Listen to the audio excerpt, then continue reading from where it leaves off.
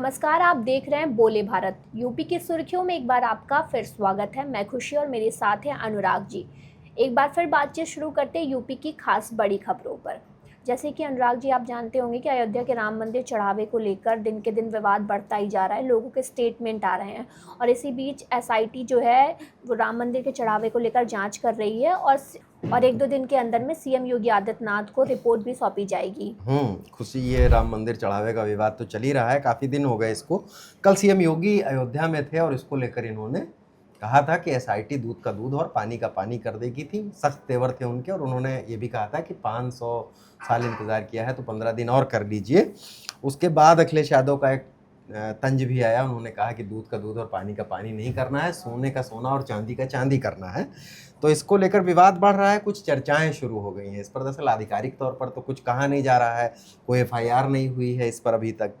चर्चा ये है कि एक तो एसआईटी अब अपनी जांच में उसको, जैसे अभी ये चर्चाएं हैं इधर उधर से आई हुई कि उसने सीसीटीवी फुटेज वगैरह पर अपनी जांच का दायरा बढ़ा दिया है। कुछ दिनों तक बंद रही थी, इसको भी शामिल किया है कि उसमें छेड़छाड़ की गई, बंद किया गया। कर्मचारियों की जो नियुक्तियां हुई थी ट्रस्ट बनने के बाद, उनको भी अब दायरे में लिया गया है कि कैसे हुई, उनमें क्या पारदर्शिता अपनाई गई, क्या किया गया। और अब सीएम योगी को जो रिपोर्ट तो नहीं, अभी प्रारंभिक रिपोर्ट सौंपी जाएगी और अब दायरा बढ़ेगा तो समय भी हो सकता है बढ़ जाए। शुरू में कहा गया था कि 15 दिन में एसआईटी रिपोर्ट सौंप देगी, तो अभी प्रारंभिक रिपोर्ट सीएम को मिल जाएगी। इसको लेकर अब सियासी विवाद भी गर्माता जा रहा है। खबरें तो यहाँ तक आ रही हैं कि कुछ लोगों ने जो सोना चांदी दान किया था मंदिर को, वो लोग, उन्होंने कुछ पत्रकारों से, मीडिया हाउसेज से बात की है कि हमारा सोना चांदी कहाँ गया पता नहीं। कुछ नाम लिए थे, कुछ लोगों के यहाँ से पैसों की बरामदगी की खबर आई थी कि 200 करोड़ से ज़्यादा के पैसे बरामद किए गए हैं। उसमें थे लोकेश मिश्रा, अल्पेश मिश्रा और इस तरह के नाम थे, टिन्नू यादव। और इसको लेकर अब एसआईटी जांच, सीएम ने जो कहा है दूध का दूध पानी का पानी हो जाएगा, ये है क्योंकि देखिए आराम जो मंदिर में चढ़ावे की बात होती है, खुशी, वो लोग आस्था से करते हैं और मंदिरों के चढ़ावे पर की निगरानी करना एक मुश्किल काम होता है और उसको बहुत व्यवस्थित तरीके से करना होता है। उस पर सवाल उठे हैं और ये सवाल फिर अब भरोसा, आस्था और विश्वास पे भी कम होता है कि वहाँ कौन है, आप भगवान के नाम पे पैसे चढ़ाते हैं, वो कहाँ जा रहे हैं।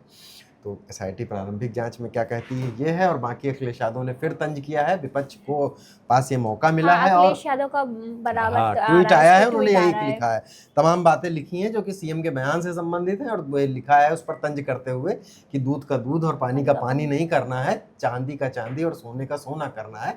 उनका इशारा यही था कि ये इसकी गड़बड़ियों के बारे में बताइए। तो सियासत भी गर्म हो गई है और सब भाजपा के नेता भी आरोप लगा रहे हैं कि कौन लोग इसको मुद्दे को उठा रहे हैं। लेकिन धीरे धीरे ये मुद्दा आम जनमानस तक पहुंच रहा है, गांव-गांव तक। सोशल मीडिया पर इसको लेकर बहुत चर्चा, अफवाह जैसा है और इस पे जल्दी से जल्दी एसआईटी उसको कर दे, इस पर कार्रवाई है। मंदिर ट्रस्ट में क्या करना है, उसकी व्यवस्था कैसे दुरुस्त करनी है, ये हो जाए तो ठीक रहेगा।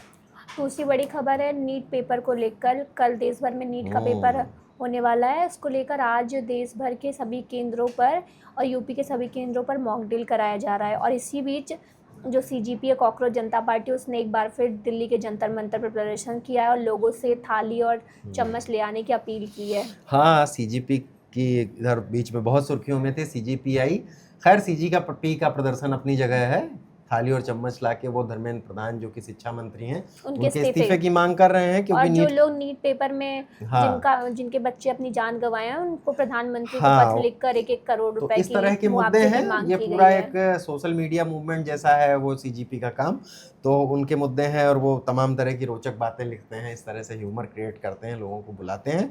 लेकिन नीट परीक्षा को इस बार, कल जो 21 जून को परीक्षा होनी है इतवार के दिन, उसको लेकर इस बार बहुत तैयारी हो रही है कि उसमें पेपर कैसे लाए जाएंगे। एयरफोर्स के माध्यम से टेलीग्राम को शट ऑफ कर दिया गया है नीट परीक्षा तक, ताकि टेलीग्राम से बड़ी फाइल्स इधर से उधर हो जाती हैं उसके लिए। और मॉक ड्रिल एक बाकायदा कराई जाएगी कि पेपर कैसे पहुंचाया जाएगा, एक नकली प्रश्न पत्र बना के, और कैसे कौन उसको खोलेगा, कौन उसको बांटेगा, इस तरह की चीज़ें की जा रही हैं। सुरक्षा व्यवस्था बेहद कड़ी की जा रही है। और इसी बीच कुछ और एनटीए जो नेशनल टेस्टिंग एजेंसी इस परीक्षा को कराती है, सवालों को घेरे में है। इसमें कुछ सेंटेंस देने का विवाद, अभी एडमिट कार्ड डाउन कर रहे हैं। टेलीग्राम पे भी रोक लगा दी गई है। हाँ, टेलीग्राम पे रोक लगाई दी गई, वो बात की ही हम लोगों ने। और एनटीए ने सेंटर्स, जैसे अभी एक ये हुआ कि अबू धाबी भेज दिया एक लड़के को, नागपुर का लड़का था वो। तो इस तरह की गड़बड़ियाँ आई हैं, वो दूर कर ली गई कमी। ऐसे ही पता चला सहारनपुर का लड़का देहरादून में उसने भरा था, और दूर दूर सेंटर्स कर दिए गए। इसको लेकर फिर से बात फूटनी शुरू हो गई है। लेकिन नीट परीक्षा एक बहुत बड़ी परीक्षा है, और कल ये उम्मीद है कि सकुशल निपट जाएगी, क्योंकि पिछले लगभग लीक की खबरें आने के बाद से इस पर तैयारी ही चल रही है। पूरा विपक्ष, राहुल गांधी जो कि सदन में लोकसभा में नेता प्रतिपक्ष हैं, उन्होंने भी इसको लेकर बहुत घेराबंदी की थी। सीजीपी की बात आपने की ही। तो ये सकुशल निपट जाए। और ये बात सही है कि जब परीक्षा कोई कैंसिल होती है तो बच्चों में बड़ा स्ट्रेस होता है, एक टेंडर एज होती है उनकी उस समय पर, और पढ़ाई के दबाव होते हैं। तो ये कल उम्मीद है कि ये सकुशल निपट जाएगी।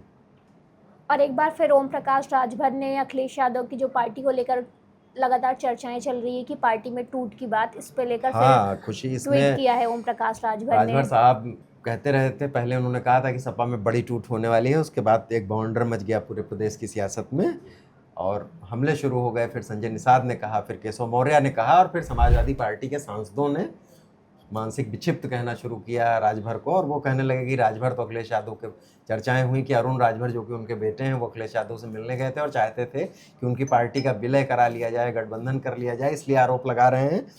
लेकिन ये वाकयुद्ध थमने का नाम नहीं ले रहा है। आज के दिन राजभर साहब, अब जैसे रुचि वीरा एक सांसद है उनकी मुरादाबाद की, तो रुचि वीरा सपा क्या कर रही है इस समय, पीडीए सम्मेलन कर रही है जिलों जिलों में, तो वो उस कार्यक्रम में नहीं पहुंची थी। उसको लेकर उन्होंने नाराजगी जताई, कैमरे के सामने भी स्थानीय नेताओं से उनकी नाराजगी थी। तो उन्होंने जो मीडिया में खबरें आई थी उसको ट्वीट करते हुए लिखा है कि अखिलेश यादव ये देख लीजिए, ये तो एक मात्र उदाहरण है और आपकी पार्टी टूट जाएगी।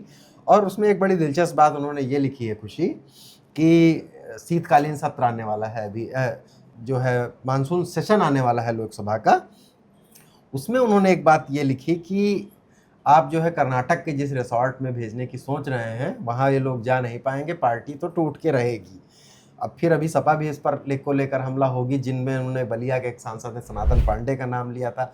उन्होंने तो कहा कि हर आदमी चला जाएगा तो भी मैं समाजवादी पार्टी से नहीं जाऊंगा। राजीव राय उन पर बहुत हमलावर हैं और उनको क्या क्या जाने क्या कह रहे हैं, लेकिन राजभर साहब भी कम नहीं है। अब इसमें दिलचस्प ये है कि कर्नाटक के रिजॉर्ट का एंगल नया है और सेशन आने वाला है।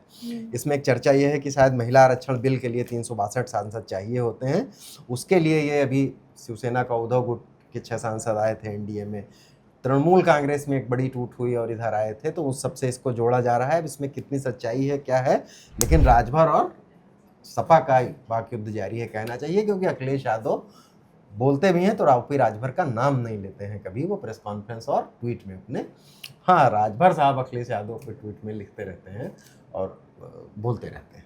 और इस समय उत्तर प्रदेश के सीएम योगी आदित्यनाथ लगातार दौरे पर है, कानपुर और कल अयोध्या के बाद अब ललितपुर में आज उनका दौरा है, जहां वो कई मेडिकल कॉलेज और का लोकार्पण करेंगे। सीएम योगी खुशी लगातार दौरों पर हैं, कानपुर, उन्नाव, फिर अयोध्या गए थे। अयोध्या थोड़ा चर्चित रहा क्योंकि चंदा चढ़ावे वाली बात थी, लेकिन वहां पर भी उनके तमाम सारे विकास योजनाओं के लॉन्च करने की बात थी। आज वो ललितपुर थे, ललितपुर से पहले वो दतिया भी गए, वहाँ माँ पीताम्बरा देवी के उन्होंने दर्शन किए, और उसके बाद जो है वो तमाम सारी योजनाओं का लोकार्पण किया और उन्होंने अपनी सरकार की उपलब्धियां गिनाई और बताया कि कैसे पिछली सरकारों में माफिया राज और कैसे कानून व्यवस्था की स्थिति वगैरह खराब थी।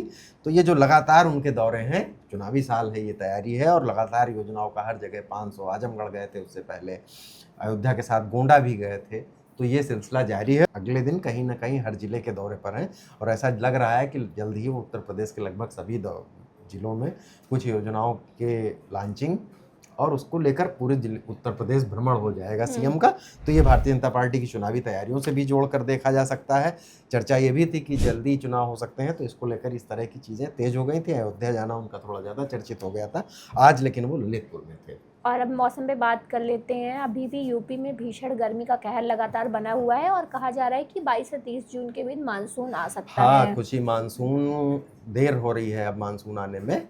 अब ऐसा लग रहा है कि कुछ विलम्ब होगा, क्योंकि आमतौर पर जो सामान्य दिन होते हैं उसमें 15 तक जो है 15 जून तक मानसून की आमद की खबर उत्तर प्रदेश में आ जाती है बिहार के इस हिस्से से। लेकिन अभी ये कल लगातार खबरें आ रही थी, कुछ लेट हो सकता है। पहले 20 कहा गया था, लेकिन अब ये कहा जा रहा है कि 2-4 दिन गर्मी अभी और रहेगी, और गर्मी इस कदर है कि कहीं कहीं 44-45 का तापमान है और मौसम विभाग ने बहुत सारे ज़िलों में हीट वेव का अलर्ट दिया है।